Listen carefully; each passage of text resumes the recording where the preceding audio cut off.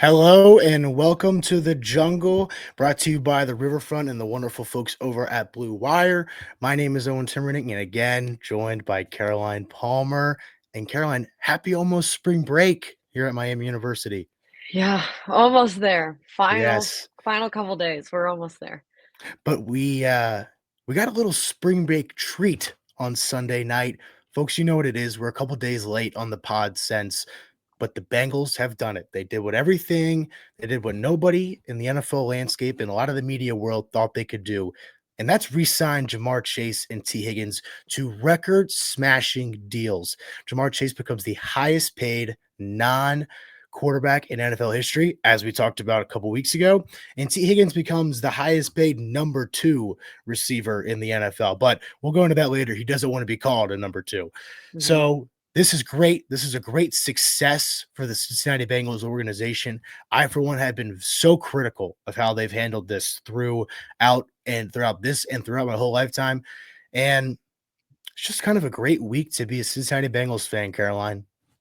Absolutely. I'd have to agree. It was definitely something that I think Bengals fans wanted to see happen, and Joe Burrow particularly was really outspoken about Mhm. wanting it to happen. And I mean, we know they switched to the same agent for the same reason of like you don't get one without the other. So it was a very pleasant surprise to see them not only both get their contract signed, but also, especially on the Jamar Chase side, seeing that they upheld their promise of making him the highest paid non-quarterback in the league, especially after we saw the likes of Myles Garrett kind of up that dollar price a little bit earlier in free agency.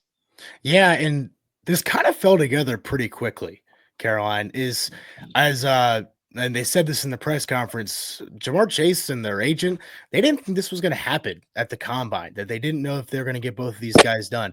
Then we get that report on Friday afternoon, I believe, that the deals are close and that they've progressively gotten better. And Saturday night we get a report from James Rapine that the deals are done. And then Sunday night, close to midnight, deals are released. So let's get into those numbers here. Jamar Chase signs a $161 million deal, just absurd money for anyone, but especially now he's the highest paid non-quarterback. And T. Higgins gets a pretty team-friendly deal, I'd say, 115. He's going to get 28.5 annually, and his first 2 years are fully guaranteed. So they're really front-loading both of these contracts, actually.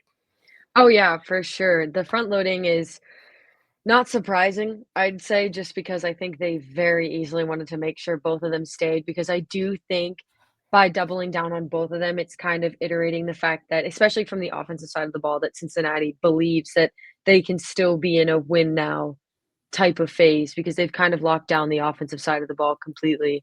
But I'm not surprised that they were front heavy. I think I would have been a little bit more surprised if it was more spread out. But yeah, I mean, you've locked down arguably the best wide receiver duo in the league, which a lot of people thought they couldn't do, and there were sharks swimming around T. Higgins specifically. Mhm. So proud of them for getting that done, to say the least.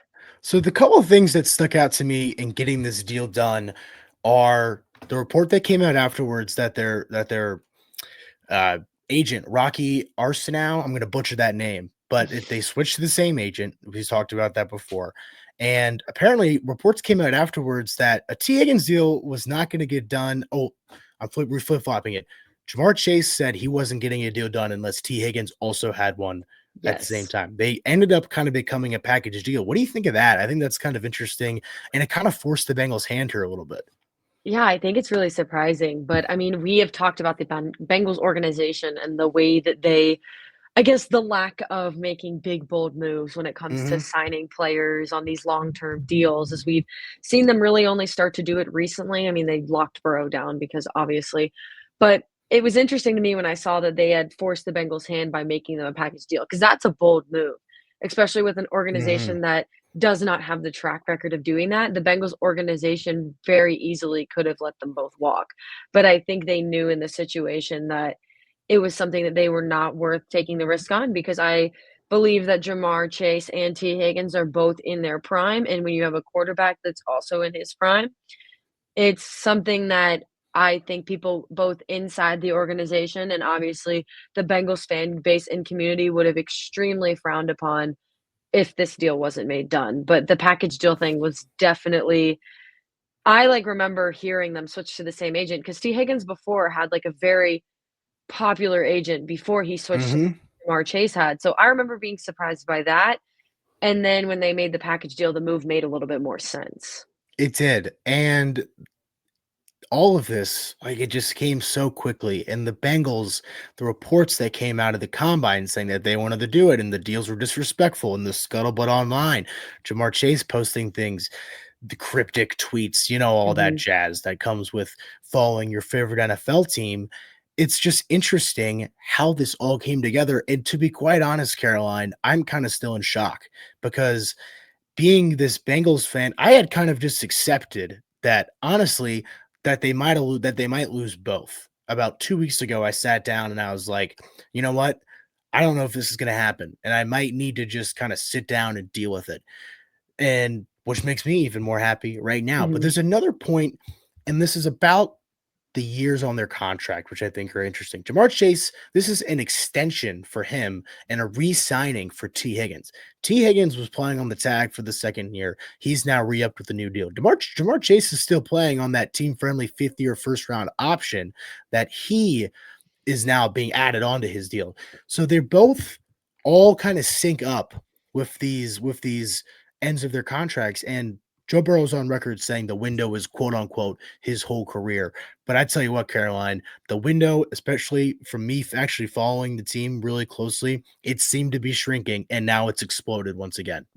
Yeah, absolutely. It also just makes them a really attractable place for maybe Totally. not some of the high-end free agents that are left, because I think at this point, most of the tier A free agents are off the board in terms of, like, people who would actually make an impact on a team, but for some of the guys who kind of are out there, it's a sign not only of, like, "Okay, this Cincinnati team has kinda got something going on," but from an outside perspective, it's also like, well, they're actually willing to put their money where their mouth is, which especially on the Jamar Chase side, everyone was very nervous that they were not gonna live up to that promise and lose Oh him yeah. because the Myles Garrett deal threw that number up, and a lot of people were like, "Oh, great. Well, they weren't gonna pay him in the first place, and now they're in a situation where they have to pay him even more, like, we're gonna literally lose them both because they waited so long."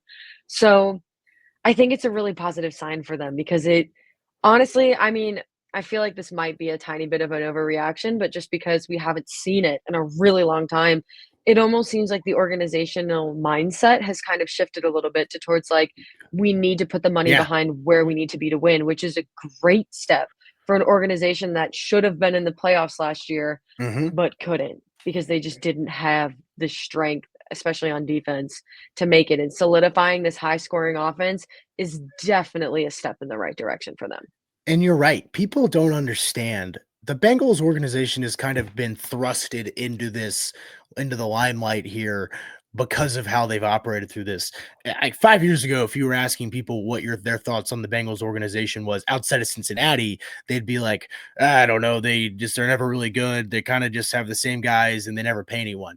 That got really heightened over the last two Mhm. years. And they put their money on the table, and this is just I am just still at a loss for words, and who knows if this pans out to championships, which we'll get into here in a second once we dive into their press conference, but Mhm.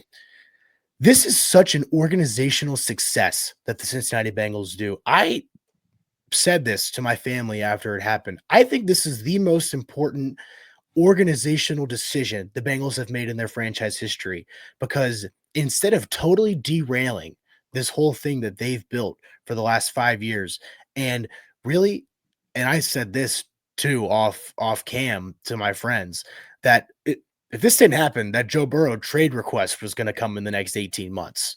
Oh, So it's yeah. like all of this stuff is very real things and I don't think an Mhm. overreaction that like oh my goodness they actually did this because this is so out of the norm. Yeah, I mean, But when you say that, it almost makes me think that they're doing the opposite of what I believe the 49ers are doing right now, which mhm, is tearing apart everything that they've spent even less years trying to build. And I was nervous that they were gonna follow that track and just start trading everyone away yeah, because they couldn't keep them because of money or whatever, even with the increased cap. But the way that they were able to organize that, keep them both, make them both happy and not have to, like, make compromise for either one. I do believe it is a huge organizational win all around, and I think Bengals fans, Bengals supporters, and I think just NFL fans in general should be happy because everyone enjoyed watching Joe Burrow throw to those 2 all of last year. It was truly amazing because he had his best statistical year last year. Absolutely. One list I want to give you before we go into some of the stuff in the press conference. Bengals highest combined annual per year salary between receivers. Number 3, AJ Brown, Devontae Smith, 57 Super Bowl champions. Dolphins, Tyreek Hill, Jalen Waddle, 58.3 million. Say what you want about them. I think they're pretty solid. Yeah. Number 1, Jamar Chase and T. Higgins, $69 million pledged to Mhm. the two of them over Yeah. the next few years. I love it. That's all I'm going to say. I We'll love end it it. at that before we get into some of the stuff they said about this contract. So, Mhm. T. Higgins, super quiet guy, but it was fun watching this conference because he kind of got out of his shell. He really Mhm. enjoys being in Cincinnati, and you can tell. He's on record now saying that he grew up a Bengals fan. He was a big AJ Green fan growing up because you think about it, Caroline, T. Higgins is only like 4 or 5 years older than the two of us, and he's playing Yeah. in the NFL. So it's funny how this all kind of works out. But these guys want to be here. And then specifically something Jamar Chase said, which I think is interesting. He was asked the question, what attracts you to Cincinnati? He said, obviously Joe Burrow, but he said something which I think really sticks out. And it was this: Cincinnati is a place where I can come and not be distracted. I can focus solely on football and everything else can kind of be in the outside world. And I can come here to focus on my craft. What do you think about that? I think that shows 2 things. I think 1, first and foremost, it shows his love, devotion, and passion for the game of football, which is Hmm. something you absolutely want from your star players because we have seen it blow up in the media, particularly in this past year, particularly last offseason, of players who didn't exactly prioritize football, and we use the term selling out for money, which is Yeah. arguably what Myles Garrett did after preaching all of this stuff about, "Oh, I wanna play for a contender," and then signing for one of the worst teams in Yeah. football over the last 5 years for this huge, giant contract. So showing that, yes, Jamar Chase did deserve the contract he got, and he was promised that. No one's gonna argue with him there. But the fact that despite all of that, his number 1 goal is to play football, that is so exciting as Yeah. somebody who just loves to watch the game, it just makes your eyes like you're like, "Okay, I wanna watch Jamar Chase now," and, I mean, it shows that he doesn't wanna be in a big market city like a Los Angeles or a New York or even a Miami, where there's a lot of, like, exterior distractions that can come Hmm. to play with being in a bigger city. It kinda just it gives Cincinnati more of a homey feel, which again is Yeah. makes it so much of an attractable program for players outside the league, in the league, potential draft picks come the next 4 weeks, like, it just makes it seem like a place where you want to be, and it sets you up for the best place of success.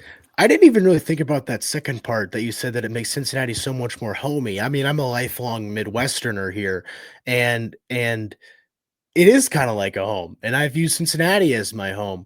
And it's interesting that I'm at the point now where I'm like, I'd rather have my star players be like, I just want to come here and play football than be like, oh, I love the city. I love like living in Cincinnati. No, you don't.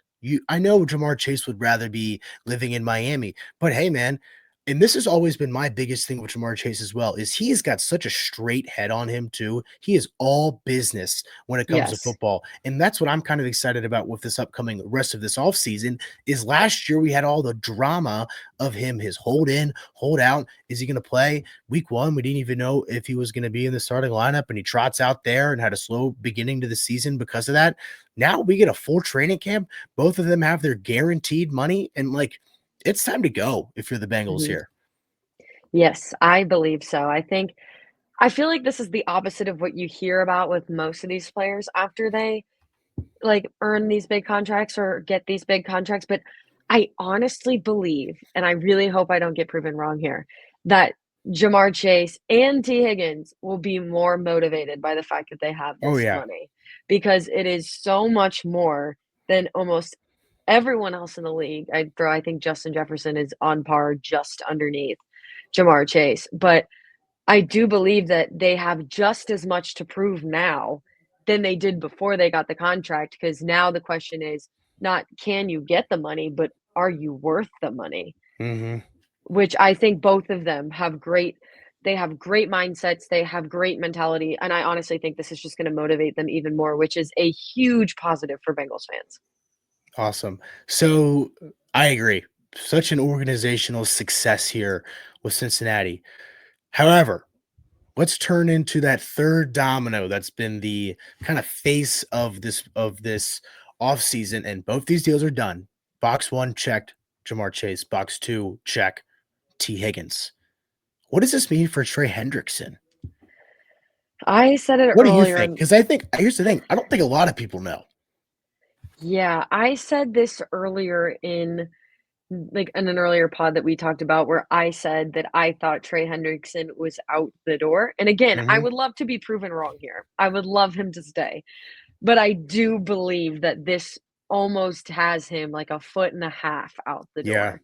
Just because with the cap space that they have, I just don't think they have the money to have 80% of their salary cap be spent on 4 players. You're you're just right. not gonna win championships that way, and as unfortunate as it is, given his age, I just don't know if the Bengals organization is willing to take a risk when they can go and get a defensive end or a DT or someone like that from the draft who's a lot younger that they can grow or they can use. Like, I believe that this could potentially be the nail in the coffin for him, which Yeah. nobody wants to see, but I think from a business point of view, the smart decision would be to either let him walk or find some type of trade, because I just can't see the organization putting the type of money into him that he deserves at this point.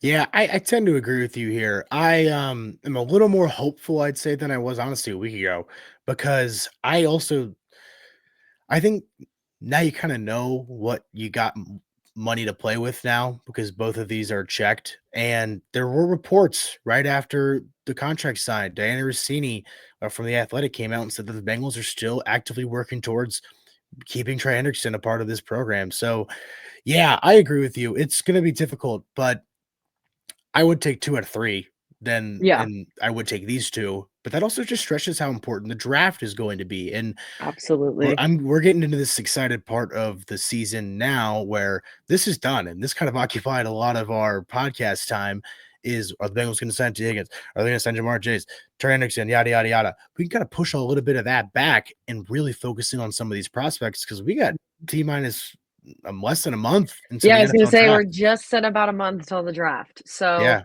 a lot of work coming up for us. So this puts the Bengals in just an interesting spot here. Obviously, their offense is Super Bowl caliber. Saw it last year. Probably better than maybe the offense that actually played in the Super Bowl. Maybe not the Eagles, but definitely, I'd say definitely the Chiefs. Oh, I think so. I think Yeah, everyone would agree with that. I think the Chiefs were happy that the Bengals missed the playoffs yeah. in the season. So this then brings up the question I was going to ask you is, are the Bengals Super Bowl contenders right now because they signed these guys and they're locked up for the near future, or do they still need to kind of keep committing to this bit of team improvement? Because I personally think they still need to get a little more help, especially on that defensive side of the ball. My answer is they're on the right track. Yeah, I think this was the foundation. We are building the pyramid of the Super Bowl contender. You have to. Any team needs to. This was block 1. This was the base. If this didn't get done, a lot of those pieces don't get put together. This is step yeah, 1. Step 2 is having a good draft. So, which obviously we're not gonna know for a month whether or not they have a good draft, but that's step 2. Step 3, you gotta have a good preseason. You've gotta get these players ready, yeah, especially these new guys. totally. And you need to take that defensive momentum that they really had for the last 5 weeks of the season and hone in on not doing the stereotypical Joe Burrow-led Bengals thing of not flipping the switch until week 4 Oh because my that gosh. killed them this year. They lost to the Patriots, which Yeah, honestly was the game that kicked them out of the playoffs, which yeah, I hope every single Bengals player is kicking themselves because that's why they missed the playoffs. But I do believe that they're on the right trajectory right now, but let's not go getting those Super Bowl tattoos right now. We are no, not there yet. We still no, have a while to go, but I think everyone knows especially if we can get the defensive side of this draft correct. Because we talked earlier about how defensive signings looked good in free agency, and some of the guys they re-signed were good steps for them to keep that consistency on defense. But we're going to have to get some guys in the draft that are going to help us out in order for them to truly, in my opinion, look like Super Bowl contenders, because the AFC is no joke. No, and it's not going away. But the Bengals have kind of cemented themselves in that arena of now they have more time to play with. Of because I mean, truth be told, Caroline, I kind of thought the window might have been dead after this year because Mhm, if this wasn't done by I said the draft ish, I was like, this is going to be brutal with this mhm. offseason because neither one of them I mean, I'm not going to say stuff what they would have done, but wouldn't have made sense for either one of them to T. Higgins and Jamar Chase to come to training camp. So this Yeah, just streamlines everything. I think it makes your draft easier because now you don't have to be like, well, should we take a receiver in round 2 because we don't know if T. Higgins is going to play on our team or like maybe we're trading him because we can shop him around a little bit. That's totally out the door. I think it totally narrows what the Bengals are going to do with the rest of their off season, and that's get a guard, offensive guard, yes. figure out what you want to do with Trey Hendrickson. And honestly, I'm to the point now where either one of the decisions they make, I'm comfortable with. Mhm. And step 3 is you just got to get these guys ready by the beginning of Yeah, September because what happened last year was unacceptable. And honestly, they kind of got bailed out because 2 years ago they've done the same thing every year. yeah, This Joe Burrow thing is yeah, they got lucky 2 years ago when they not lucky because they won these 12 games in a row, but I mean they were 2-4. You can't do yeah. that if you want to Mm-mm. be. You got to get this 1 seed. That's what I say with my I talk with my Yes. uncles about this all the time. This can't be like a limp into the playoffs kind of deal. Mm-mm. It needs to be you're going for it all from day The A one, the whole time. Yes, the AFC nowadays is too good for that. You have the Chiefs who, let's be Exactly. real, as long as Mahomes and Reeds are there, they're always in the conversation. The Yeah. Bills have looked fantastic. The Ravens look fantastic. And I'm gonna say except for the Browns right now because I think the Browns are having a little bit of an internal crisis. Yeah. The AFC North is quite good. The Steelers always find a way to make the playoffs. I don't know Mhm. how Mike Tomlin does it, but he always finds a way. The Ravens have been phenomenal, arguably one of the best teams in the division, potentially even in football. They have a two-time MVP on their team, and that's in division. The Bengals can't afford to go 1-4 in the first 5 weeks again No. because the reality is the AFC North is too good for them to be doing that at this point. Well, kind of think that about wraps this up. I'm going to leave you with one interesting stat here. Joe All Burrow, right. Justin Jefferson, Jamar Chase, Derek Stingley. The 4 of them have signed NFL extensions totaling in $666 million. How good was that 2019 LSU team? Oh my gosh, I just saw an Instagram post about Yeah. that. I mean, people talk about all the time that they are one of, if not the greatest college football teams to ever grace planet Earth, and I think the stats don't lie here. So we're Yeah. lucky to have 2 of them on our team. All right, folks. Thanks for tuning in to this edition of Welcome to the Jungle. As always, we will be on tap for any Bengals news that happens in the coming days, weeks, and months. Probably going with a more draft prep coming down the rest of the terminal here before we get to the real thing. So, for Caroline Palmer, my name is Owen Timmerding. Thank you for tuning in today.